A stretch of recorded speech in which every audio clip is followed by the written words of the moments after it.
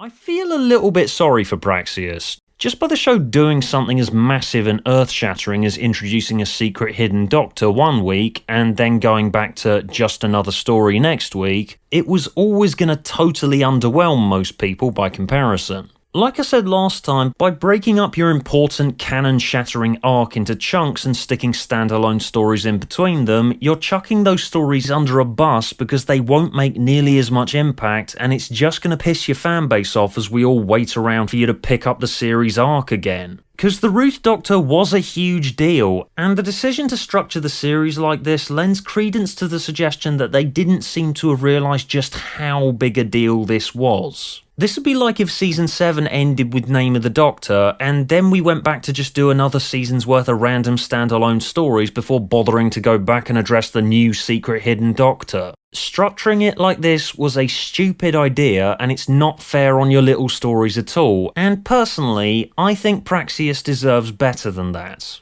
To be clear, it's not good, it's actually quite disposable, but I thought it was alright. I enjoyed it, even if it is just another episode, but I do think it deserves commending for some legitimate attempts to start building on the mistakes of Season 11. Even if it doesn't quite get there, they're trying now, and I want to be encouraging because you may not have got this yet, but I really want to like this show. I don't want this era to be a complete failure. Structurally, I think Praxeus is an improvement on a lot of previous 13th Doctor episodes because they've actually figured out how to write an episode with 3 companions now. You split them up into different scenarios and you slowly piece the elements in those scenarios together over the course of the runtime.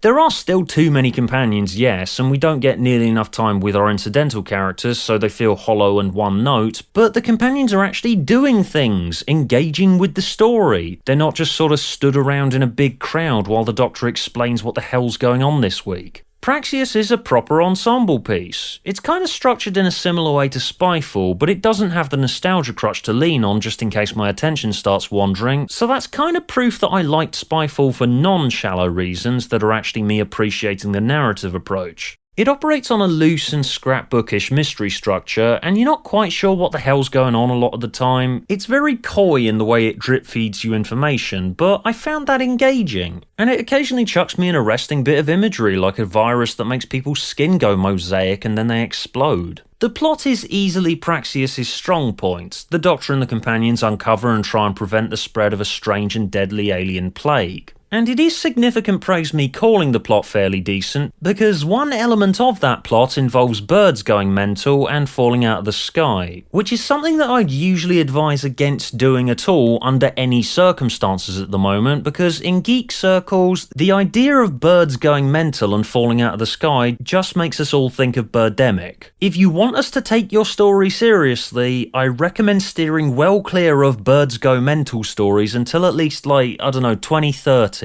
Man, that was a good movie, An Inconvenient Truth.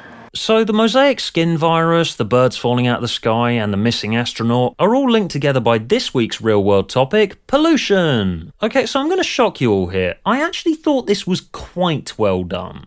Only quite. Recent attempts by Doctor Who to do real-world commentary are something that I've hated that I've had to criticise it for because it's something that I think Doctor Who should be doing, and usually I agree with its talking points, but the writing technique is almost always far too on the nose, cheap, sometimes there's not even a reason for it to be there, and it's unlikely to convince anyone if it's written this way, and I'm usually just going, come on, you're making us look bad. But in this case... Okay, so microplastics are a pollution topic that people might not be as aware of as your general climate change threat. And here, they've used microplastics as a means by which the alien virus has been allowed to infect humans. Orphan 55 just sort of chucks climate change out there, whereas here, the alien virus and the microplastics have been directly knitted together in its conclusion. What the episode is saying is that pollution, with particular reference to microplastics, has made humanity more vulnerable to new threats. And the new threat it's come up with is an alien virus that wouldn't have been compatible with us if it hadn't been able to infect humans and animals via the microplastics in our bodies. The way the Doctor adds stuff together and explains it feels more contextual than in previous situations. I didn't feel like she was just shouting the episode's point in my face. I felt like she was genuinely making sense of the mysteries that the episode had been weaving over the course of the runtime. Orphan 55 had learnt nothing from the mistakes of season 11 when it just sort of chucked climate change out there and didn't bother knitting it together with the other events of the runtime. Whereas in Praxeus, I am seeing some genuine improvements. It's not really telling me anything new, as I was already aware of microplastics, and it doesn't explain it particularly well for people who aren't. Again, none of this is particularly good, but I can see the writing staff learning, or at least starting to. But of course, all of that is just plot. When it comes to characters...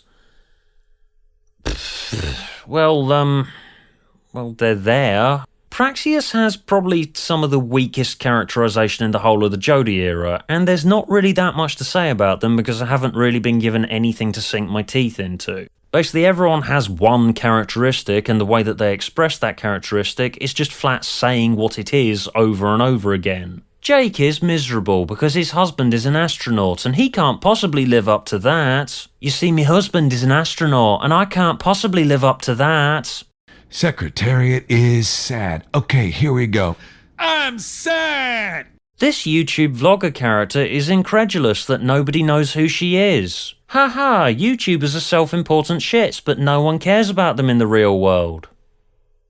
Okay, yes, that's a harsh but fair assessment. So, yeah, the characters are really quite shit, but I was engaged in the plot, so I didn't really mind that much. And besides, that's not even the worst thing I can say about Praxeus. The worst thing I can say about Praxeus is that my reaction to it is further evidence of my lowering standards. In any other era of the show, Praxeus would just be unremarkable at best, but the reason I've been strangely kind to it in this video is probably because I'm finding a few things in it that vaguely resemble competence, when surely actually bothering to give your characters something to do and bothering to knit your plot and your real-world commentary together should be a given. These shouldn't be points of praise, but that's what they've become because of my recent experiences with the show. Doctor Who has clearly started rotting my brain cells, and now I have no standards for TV at all if this is what I'm praising.